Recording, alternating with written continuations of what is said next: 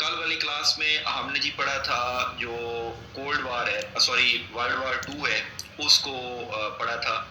आज वाली क्लास के अंदर हम कोल्ड वार को पढ़ेंगे और कोल्ड वार के अंदर जो इवेंट्स हुए हैं उनको देखेंगे, उसमें जो लोग इन्वॉल्व थे उनको देखेंगे और फिर उसकी क्या सिग्निफिकेंस है उसको देखेंगे।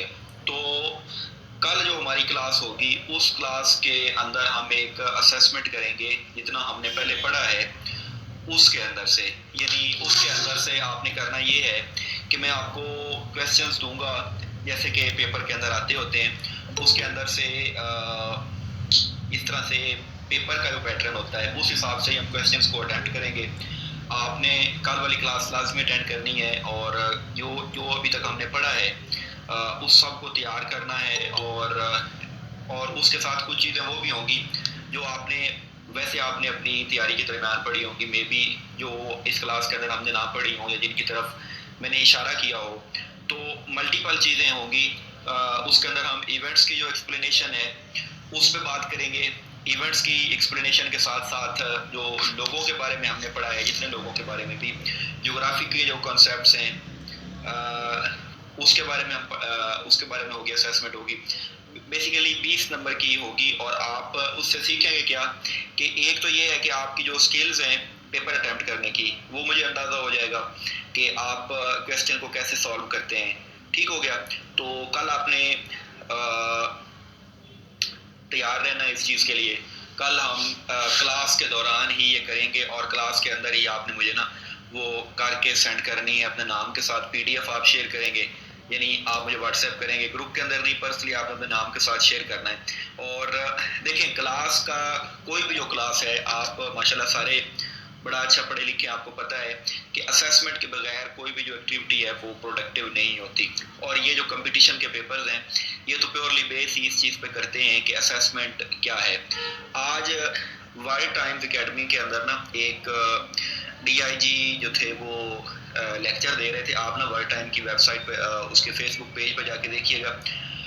तो उनकी ना 5 मिनट की वीडियो उन्होंने वो शेयर की हुई थी।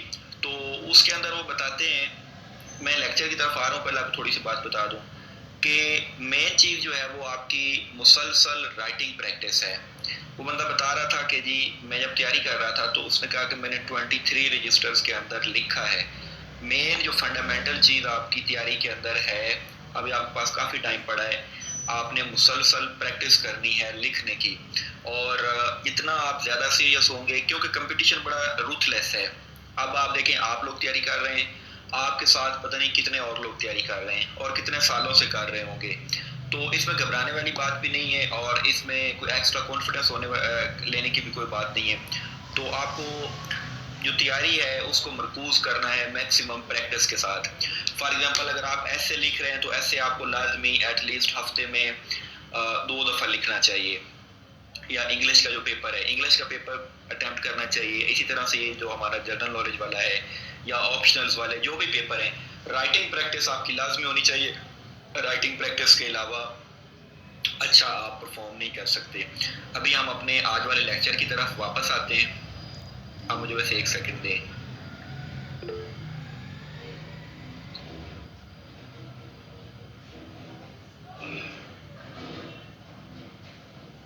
एक सेकंड। अच्छा, स्क्रीन में आपके साथ शेयर कर देता हूँ।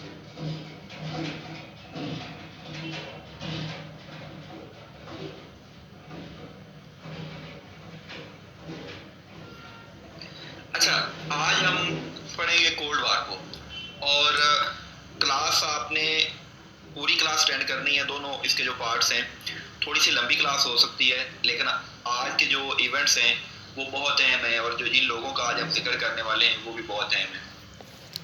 जो साइंसदान हैं या जो लिटरेचर के लोग हैं, जब हम लिटरेचर वाला पार्ट पढ़ेंगे तो उसके अंदर उनका हम जिक्र करेंगे। अभी तक हम जो सारा हमारा फोकस रहा है ना वो पॉलिटिकल इवेंट्स और पॉलिटिकल लोगों पर ही रहा है। कुछ चंद साइंटिस्ट को भी हमने पढ़ा है लेकिन अभी तक हमारा इतना भी जो फोकस है वो पॉलिटिकल एस्पेक्ट्स पे ही रहा है।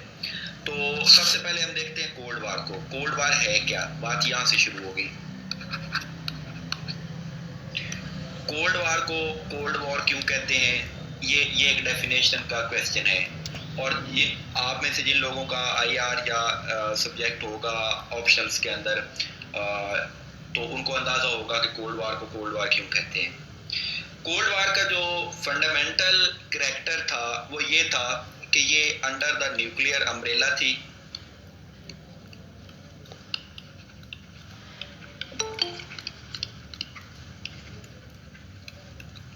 देखिए, मैंने पहले कहा था कि क्लास को प्रॉपर टाइम पे ज्वाइन करना चाहिए। अब ये दोबारा किसी का मैसेज आया हुआ है।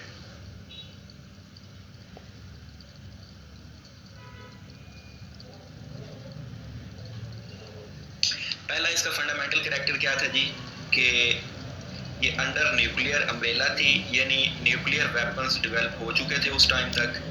दूसरा इसका कैरेक्टर ये था कि ये मेनली प्रॉक्सी वॉर्स पे बेस कर रही थी। प्रॉक्सी वॉर्स क्या होते हैं उस पे भी हम बात करते हैं, एक सेकेंड। तीसरा इसका कैरेक्टर ये है कि ये इनडायरेक्ट वॉर थी।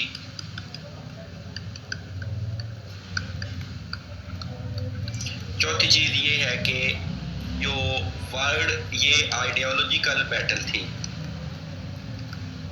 Ideological war through economic. ये माइक बंद रखिएगा, जिसका भी ऑन हो, किसी ने क्वेश्चन पूछना हो तो माइक ऑन किया करें। Through ideological war through economic means, 4 characters हो गए। और पांचवा ये है कि ये ब्लॉक फॉर्मेशन थी।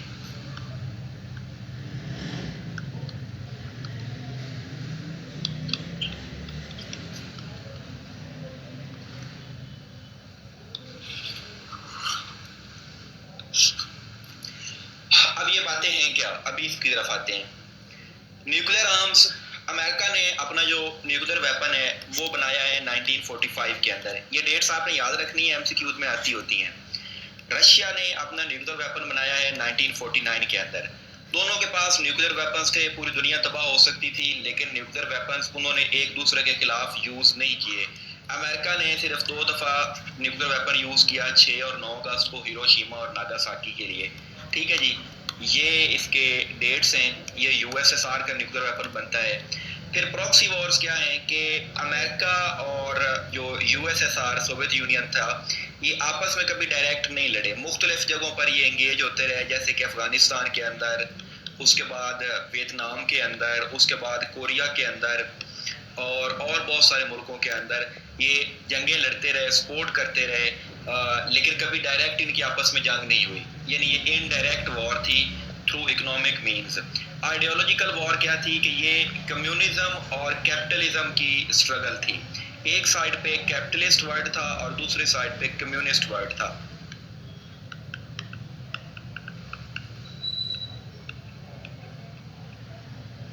जो कैपिटलिस्ट वर्ल्ड था उसको यूएस लीड कर रहा था, और कम्युनिस्ट वर्ल्ड को कौन लीड कर रहा था जी, यूएसएसआर लीड कर रहा था। यूएसएसआर के भी स्पेसिफिक सपोर्टर्स थे और यूएस के भी स्पेसिफिक सपोर्टर्स थे। यूएस के सपोर्टर्स जो थे वो मोस्टली डेवलप्ड कंट्रीज थी।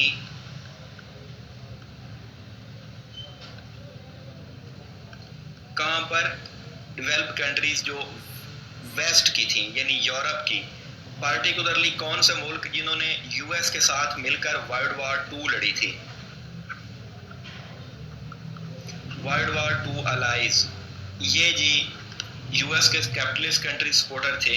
यूएसएसआर को वार्सा पैक्ट वाली कंट्री सपोर्ट कर रही थी, और ये जो कंट्रीज थी ये डेवलपिंग थी या इंटरमीडिएट लेवल पे डेवलप्ड थी। जैसा कि वियतनाम की मैंने बात की, या फिर वो मुल्क जो जहाँ पे स्ट्रगल या रेजिस्टेंस चल रही थी, जैसे इजिप्ट हो गया, ईस्टर्न यूरोप के मुल्क हो गए। ये मुल्क यूएसएसआर का हिस्सा भी थे और उसके सपोर्टर भी थे इस वॉर के अंदर। ठीक हो गया जी, आपने इस चीज़ को मद्देनजर रखना है। ये इसकी ब्लॉक फॉर्मेशन है, 2 ब्लॉक से, यूएसएसआर का कम्युनिस्ट और कैपिटलिस्ट ब्लॉक था। ये आपको इतनी स्टोरी समझ आ जानी चाहिए। अभी मेरे ख्याल में अभी तक आपको सारी चीज़ें क्लियर होगी। अभी तक यहाँ तक किसी को नहीं समझ आई तो वो पूछ सकता है कि उसको क्या समझ नहीं आई। कोल्ड वॉर को मैंने इतना तफसील से डिफाइन कर दिया है। अभी हम थोड़ा सा इससे पीछे जाते हैं कि कोल्ड वॉर शुरू क्यों हुई, क्या वजह बनी कि कोल्ड वॉर शुरू हुई, कॉजेज इसकी क्या थी। कॉजेज या जो मेन इसके, क्योंकि हमारा ये जीके का सब्जेक्ट है, आईआर का नहीं है, पॉलिटिकल साइंस का नहीं है, हम इसमें इवेंट्स पे ज़्यादा फोकस करते हैं ना कि डिबेट्स। इस चीज़ पे आपने लाजमी मद्देनजर रखना है कि जीके के अंदर आपने आइडियाज से ज़्यादा इंफॉर्मेशन पे फोकस रखना है कि आपको कितनी इंफॉर्मेशन रिटेन है। मेन चीज़ ये है कि आपकी रिटेंशन पावर इस सब्जेक्ट में कितनी है। कॉन्फ्रेंसेस क्या थी कि जब जंग चल रही थी ना, तो जंग के दरमियान ही कॉन्फ्रेंसेस शुरू हो गई थी। एक सेकेंड,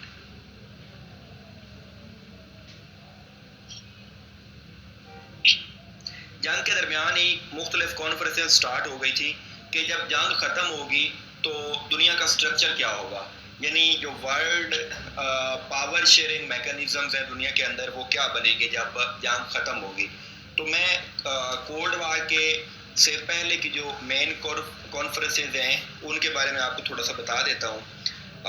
ये सबसे पहले हम जिक्र करते हैं जो बहुत 3-4 मशहूर कॉन्फ्रेंसेस हुई हैं, उनसे बात शुरू करते हैं। सबसे बड़ी मशहूर कॉन्फ्रेंस है तेहरान कॉन्फ्रेंस।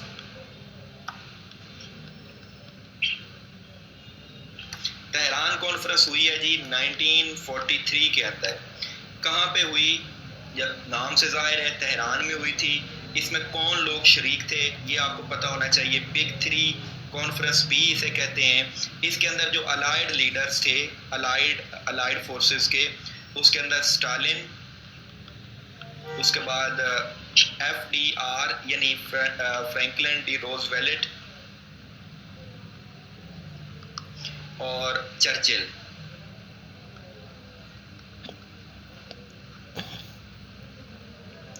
ये 3 जो लीडर्स थे, एक सेकेंड,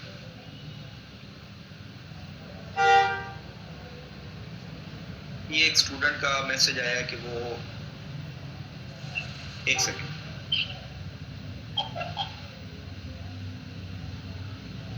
ये 3 जो लीडर्स थे ये इसमें शामिल थे।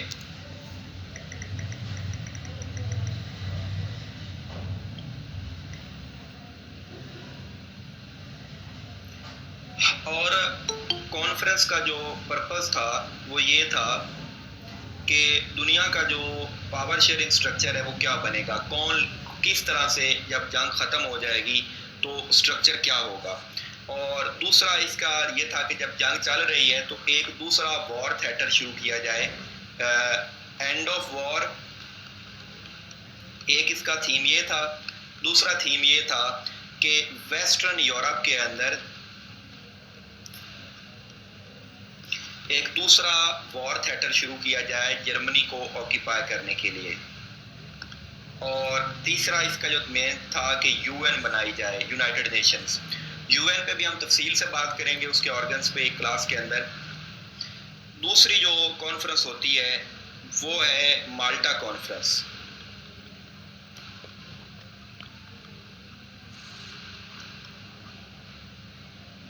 ये 1945 के अंदर हुई। इसके अंदर चर्चिल और रूजवेल्ट शामिल थे। ये 2 लोग माल्टा कॉन्फ्रेंस के अंदर थे। आइलैंड ऑफ माल्टा पे ये हुई, जैसे कि तेहरान के बारे में मैंने बताया था। और जो ये वाले नताइज थे कि जब जंग ख़त्म हो जाएगी तो फ्यूचर के क्या प्लान्स होंगे उनको दोबारा डिस्कस किया गया। और तीसरी जो बड़ी मशहूर कॉन्फ्रेंस है वो है याल्टा कॉन्फ्रेंस। ये तीनों कॉन्फ्रेंसेस जो हैं ये वर्ल्ड हिस्ट्री के अंदर बहुत अहम हैं। ये फरवरी 1945 के अंदर हुई। इसके अंदर भी यही 3 लीडर्स शामिल थे। सही हो गया जी। और दोबारा नाम उनके लिखने की ज़रूरत नहीं है। और ये याल्टा है कहाँ पे, ये यूक्रेन के अंदर है एक जगह। और पोस्ट वर्ल्ड वॉर 2 जो सिनेरियो है उसकी डिस्कशन की गई कि दुनिया का स्ट्रक्चर क्या होगा। और इसके अंदर जो चीज़ तय की गई वो ये थी कि जर्मनी को डिवाइड कर दिया जाएगा। यानी जब जंग ख़त्म होगी तो ये जिन जिन मुल्कों ने जर्मनी से जंग लड़ी है उसको उनको ऑक्यूपेशन दी जाएगी जर्मनी की, कि वो जर्मनी के मुख्तलिफ हिस्सों पर अपनी हुकूमत बना सकेंगे। ताकि देखें, जंग के अंदर सबसे जो बड़ा असूल होता है वो ये है कि जो मुल्क आपसे जंग करता है और वो आपसे अगर हार जाता है तो आप लाजमी तौर पे उसको कमज़ोर करने की कोशिश करते हैं। इसकी मिसाल लें कि 1971 के अंदर पाकिस्तान और इंडिया की वॉर हुई। बांग्लादेश के लिए वो वार ऑफ लिबरेशन थी, लेकिन पाकिस्तान के लिए वो बड़ी ख़तरनाक वॉर थी। इंडिया ने सबसे बड़ा जो काम किया वो ये है कि डेलिबरेटली पाकिस्तान को वीक किया, और ये हमेशा से वर्ल्ड हिस्ट्री के अंदर चला आता है कि हमेशा आप अपने एडवर्सरी को वीक करने की कोशिश करते हैं ताकि वो दोबारा उठ ना सके। इसके बाद एक चौथी मशहूर कॉन्फ्रेंस है, आपने चारों को याद करना है। कल वाली जो हमारी असेसमेंट होगी इसमें भी इसके सवालात होंगे इंशाल्लाह। पोट्सडैम कॉन्फ्रेंस,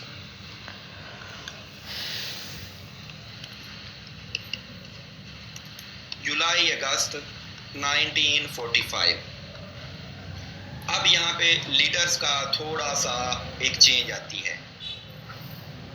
जो चर्चिल हैं वो तो वैसे ही वैसे रहते हैं, और उसके बाद स्टॉलिन भी वैसे के वैसे रहते हैं, लेकिन जो रोजवेल्ट हैं, जो अमेरिकन प्रेसिडेंट हैं, वो फौत हो जाते हैं।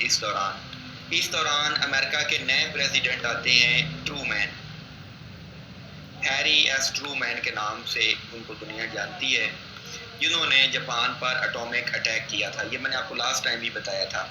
इसके अंदर कॉन्फ्रेंस के अंदर ये बात की गई कि सोवियत यूनियन का क्या रोल होगा और यूएस का क्या रोल होगा। पोस्ट वार जर्मनी के बारे में बातचीत की गई, लेकिन इस कॉन्फ्रेंस के बाद यूएस और यूएसएसआर के दरमियान टेंशन्स क्रिएट होना शुरू हो गई। कोल्ड वार की फॉर्मल जो स्टार्ट है वो यहाँ से हो गया कि जब आप किसी से निगोशिएट कर रहे हो और वो आपसे एग्री ना कर रहा हो किसी बात पे, तो ऑटोमेटिकली ये होता है कि आप के उसके साथ जो इख्तलाफात हैं वो फिर आगे किसी कॉन्फ्लिक्ट में चेंज होते हैं। ठीक हो गया जी, ये पोट्सडैम कॉन्फ्रेंस का नतीजा रहा। अब हम आते हैं कि कोल्ड वार जब शुरू हो गई तो उसके दरमियान कौन कौन से इवेंट्स हुए। ये तो हमने उसकी रीज़न, उसके पीछे जो कॉजेज़ हैं वो देखी। अभी हम आते हैं मेन इवेंट्स की तरफ।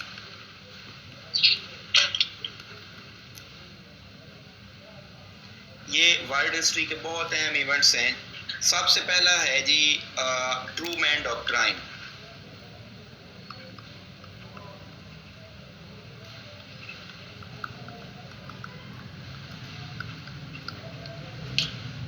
जैसे कि मैंने आपको पहले बताया है कि 1947 के अंदर अमेरिका के प्रेसिडेंट रूजवेल्ट की डेथ हो गई थी और ट्रूमैन उनकी जगह नए प्रेसिडेंट इलेक्ट हुए थे।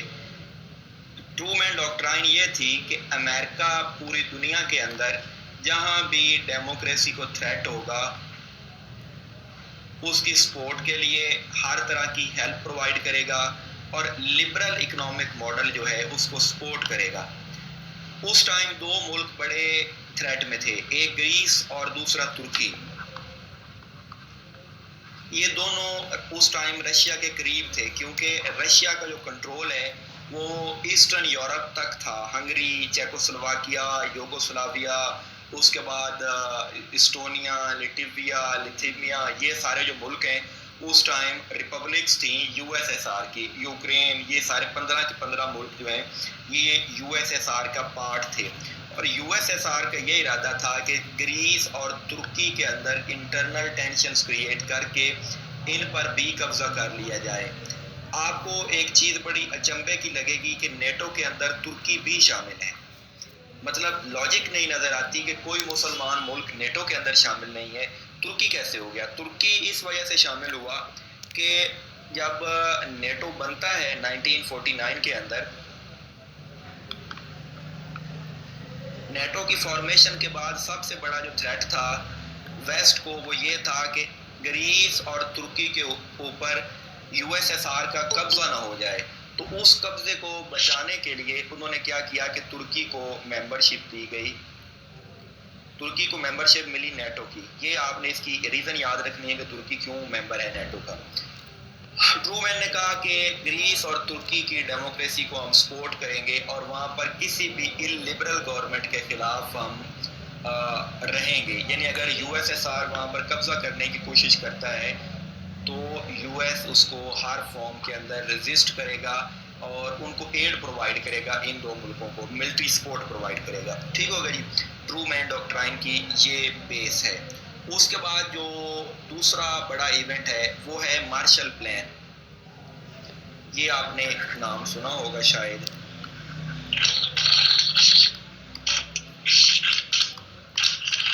1947 से लेकर 1951 तक मार्शल प्लान क्या था? इसे यूरोपियन रिकवरी प्लान भी कहा जाता है। जब वर्ल्ड वार 1 और वर्ल्ड वार 2 दोनों ख़त्म हुई ना, तो यूरोप बिल्कुल वीक हो चुका था। जो जंग का मरकज़ था वो इन दोनों जंगों में यूरोप था। वॉर जो थी वो फाइट की जा रही थी यूरोपियन थिएटर में। फॉर एग्जांपल इंडिया के अंदर वॉर नहीं हुई, यूरोप अफ्रीका के बहुत कम पार्ट्स के अंदर जंग हुई।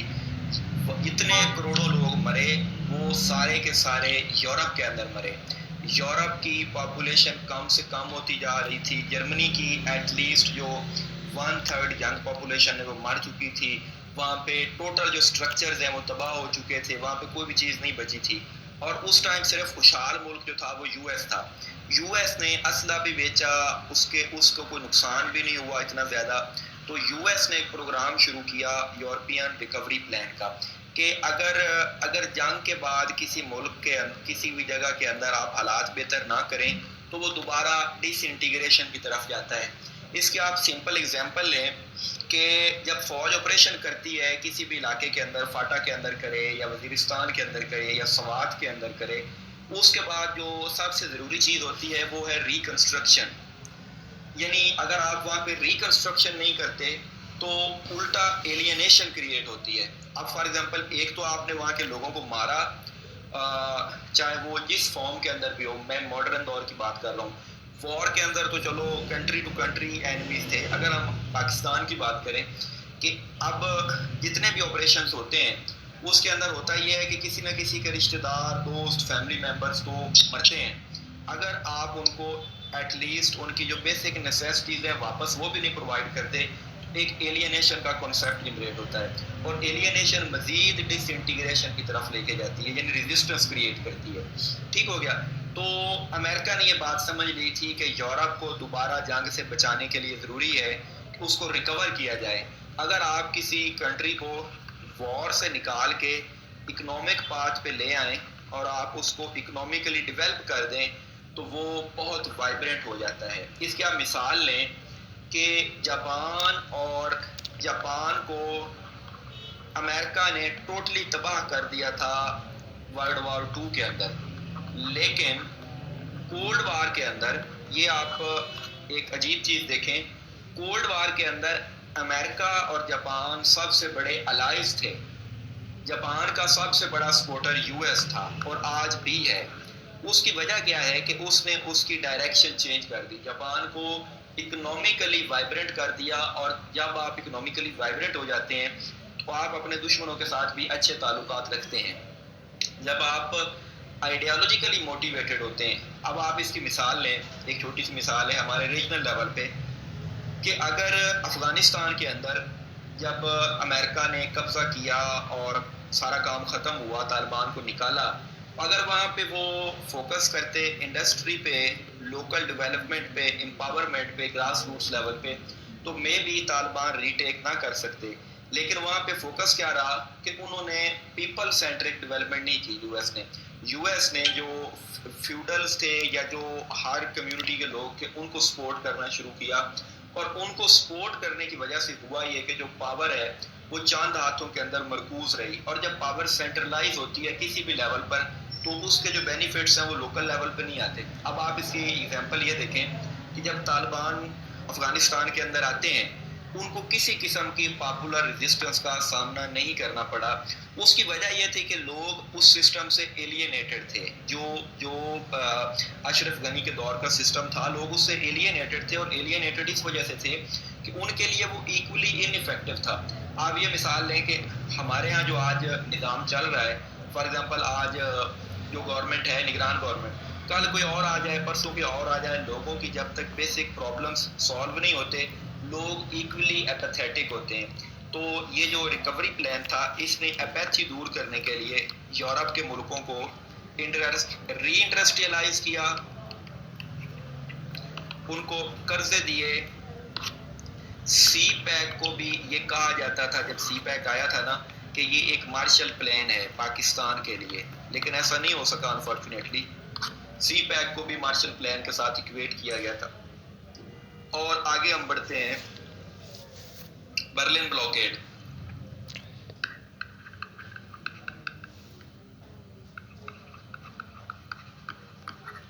And airlift 1948-1949। जैसा कि मैंने आपको पहले बताया था क्लास के शुरू में कि जब वर्ल्ड वॉर 2 ख़त्म हुई तो जर्मनी पे, ये जर्मनी है, एक साइड से, इस साइड से यूएसएसआर ने अटैक कर दिया था, दूसरी साइड से यूएस और फ्रांस और ब्रिटेन की फोर्सेस ने, यानी अलाइड पावर्स ने। यहाँ दरमियान में बर्लिन है जो कि कैपिटल था। बर्लिन को मुख्तलिफ हिस्सों में तकसीम कर दिया गया। ये जो बड़ा हिस्सा था ये यूएसएसआर के पास चला गया, और कुछ हिस्सा जो है वो यूएस के पास और उसके अलाइज के पास चला गया। यूएसएसआर के साथ जब अमेरिका के हालात ख़राब हुए तो उन्होंने इस पूरे एरिया को कवर करके घेर लिया, और जो यूएस के पास इलाका था वहाँ पर सप्लाईज बंद कर दी, यानी वहाँ पे जो रास्ते जाते थे वहाँ पे रास्ते बंद कर दिए। तो यूएस ने क्या किया कि तमाम जो फूड है और तमाम जो सप्लाईज हैं, यानी राशन, कोयला, हर चीज़ जो है वो वहाँ के लोगों को बजरिया हवाई जहाज़ प्रोवाइड की, और तकरीबन को 50,000 के करीब फ़्लाइट्स उस दौर में चलाई गई जिन्होंने बर्लिन को खुराक पहुँचाई। ठीक हो गया जी। और 1 साल के बाद ये ख़त्म हो गया। अब आगे आते हैं अगले इवेंट पे, कोरियन वॉर 1950 से लेकर 1953 तक। कोरियन वॉर क्या थी? कोरिया जो था वो वॉर से पहले डिस्प्यूटेड था। कोरिया पे कब्जा था जापान का। Korea was occupied by Japan, और जापान को जब शिकस्त हुई तो यहाँ पर आइडियोलॉजिकल फैक्शंस थी। एक साइड पे कैपिटलिस्ट थे या डेमोक्रेटिक्स थे, और दूसरे साइड पे कम्युनिस्ट थे। कम्युनिस्ट कोरिया जो है वो नॉर्थ कोरिया है, और जो कैपिटलिस्ट है वो साउथ है। इनकी वॉर चलती रही 1950 से लेकर 1953 तक, और इन 3 सालों के अंदर नॉर्थ कोरिया को सपोर्ट किया चाइना ने और सोवियत यूनियन ने या रशिया ने। आज अगर आप न्यूज़ को फॉलो करें, आज की बात है कि जो नॉर्थ कोरिया के लीडर हैं किम जोंग उन, वो विजिट कर रहे हैं रशिया का, पुतिन को मिलने जा रहे हैं।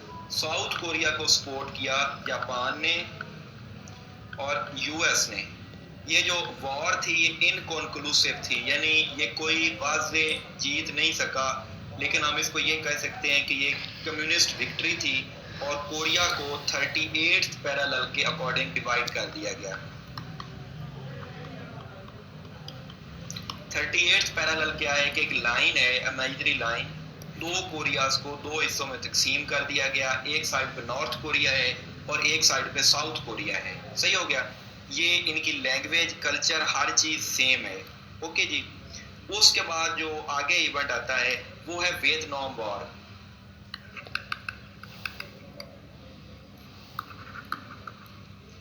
वियतनाम वॉर के अंदर भी वियतनाम के 2 हिस्से थे। एक था जी नॉर्थ वियतनाम और दूसरा था साउथ।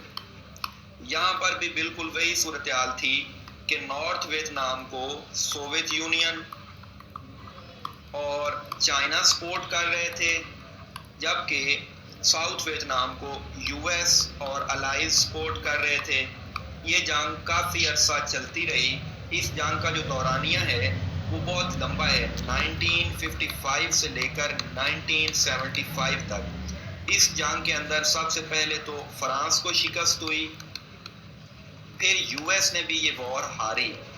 ये जब अफगानिस्तान से निकला है यूएस, ये 2021 की बात है, तो उस टाइम जो रिजेम्बलेंस क्रिएट की जा रही थी, जो इक्वेशन बनाई जा रही थी, आपने देखा होगा कि वो वियतनाम वॉर के साथ थी, कि वियतनाम वॉर के अंदर भी यूएस को डिस्पाइट सुपीरियर मिलिट्री पावर और बाकी तमाम रिसोर्सेज के बावजूद यूएस हारा था।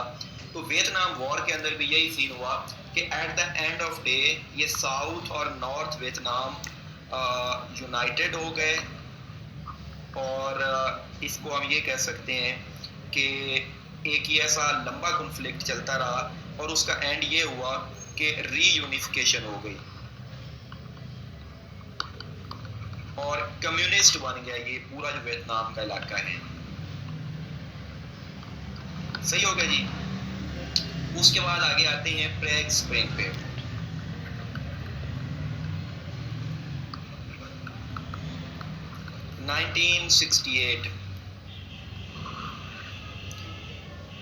प्रेग स्प्रिंग कहाँ पे है?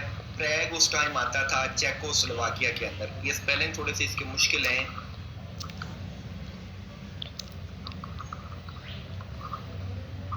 ये सोवियत, यहाँ पे ये लोगों का ये इरादा था कि हम सोवियत यूनियन से आज़ादी ले लेंगे, यानी सोवियत फोर्सेस को यहाँ से निकाल बाहर करेंगे और एक नया मुल्क बनाएंगे जहाँ पे डेमोक्रेटिक आइडियल्स प्रैक्टिस होंगे। लेकिन जो वारसा पैक्ट कंट्रीज थी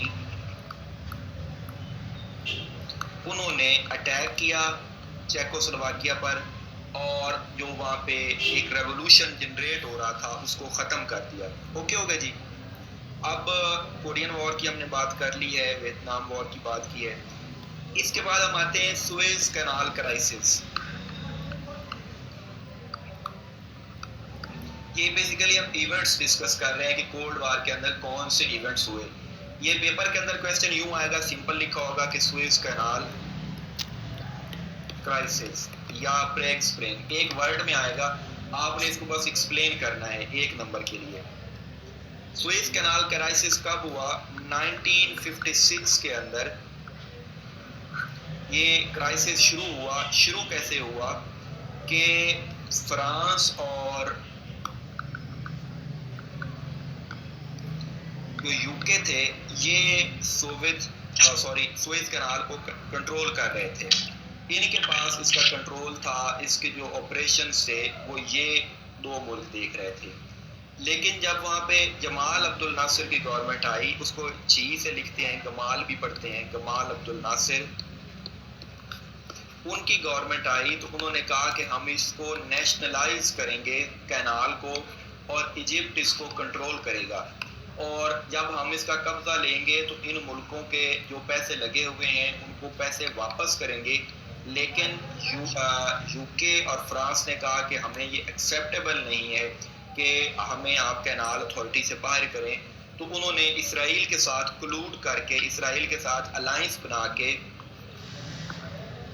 इसराइल को भी शामिल किया कि इसराइल को शिपिंग राइट्स नहीं मिल रहे।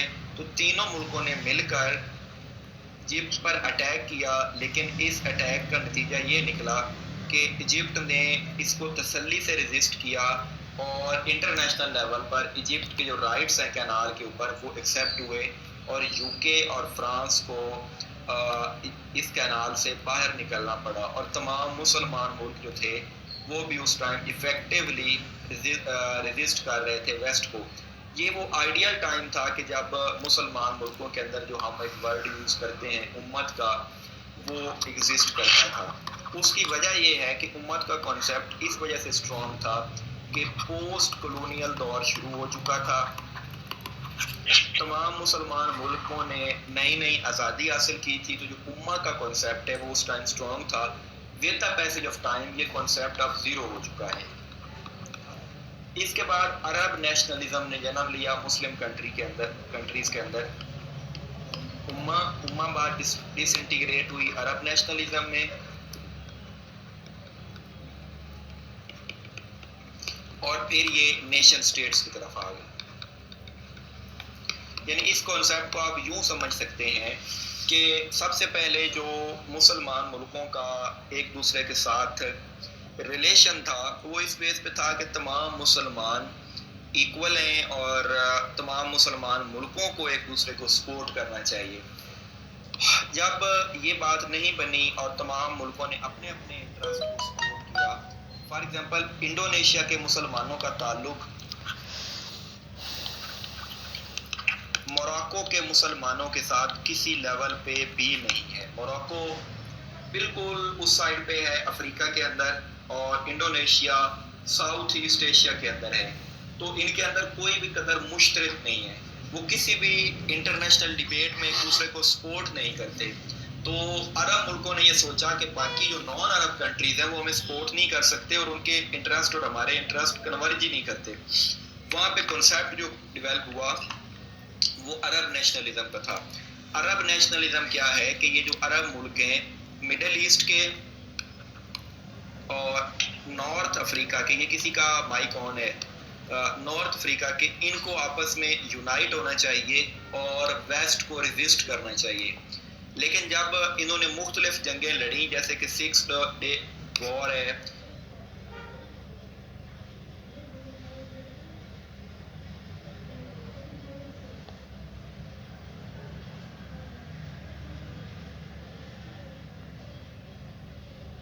या आगे उसका जब हम जिक्र करेंगे, तो जब इनको कलेक्टिव डिफीट हुई इसराइल के हाथों, ये जो स्ट्रॉन्ग मुसलमान मुल्क थे उस टाइम के, इजिप्ट, इराक, उसके बाद सऊदी अरब KS यानी kingdom of Saudi Arabia, Jordan और सीरिया, इन्होंने काफ़ी जंगें लड़ी इसराइल के खिलाफ, लेकिन तमाम जंगों में इनको बड़ी हैवी किस्म की डिफीट होती थी।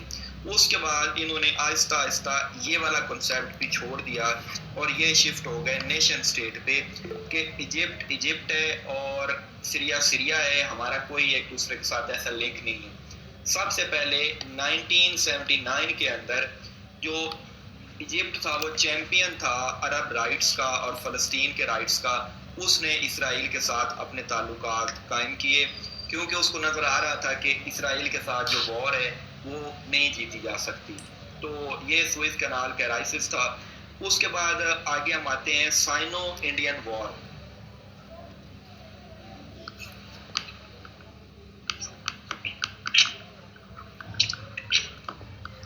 Cyano Indian war 1962। Sino Indian war का मतलब ये है कि चाइना और इंडिया की जो जंग थी ये हिमालयन रीजन के अंदर हुई, और इस जंग का जो कॉज था वो ये था कि चाइना को इंडिया की टेरिटरी चाहिए थी, और उससे पहले एक नारा लगाया जाता था, हिंदी चीनी भाई भाई। पाकिस्तान को इस वॉर का बहुत ज़्यादा फ़ायदा हुआ कि इस वॉर के बाद चाइना पाकिस्तान के करीब आना शुरू हुआ। अदरवाइज जो आप नेहरू की पर्सनैलिटी को देखें तो नेहरू जो थे वो आइडियोलॉजिकली सोशलिस्ट थे, वो सोशलिस्ट थे और वो चाइना को फेवर करते थे, चाइना के बारे में उनके फेवरेबल रिव्यूज़ थे।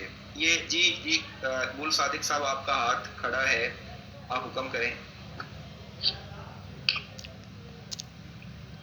ये जो अरब वाला आपने समझाया इसको काइंडली रिपीट कर दें। अच्छा, इसमें क्या मैं रिपीट करूं, आप मुझे बताएं, मैं उस चीज़ को रिपीट कर देता हूं।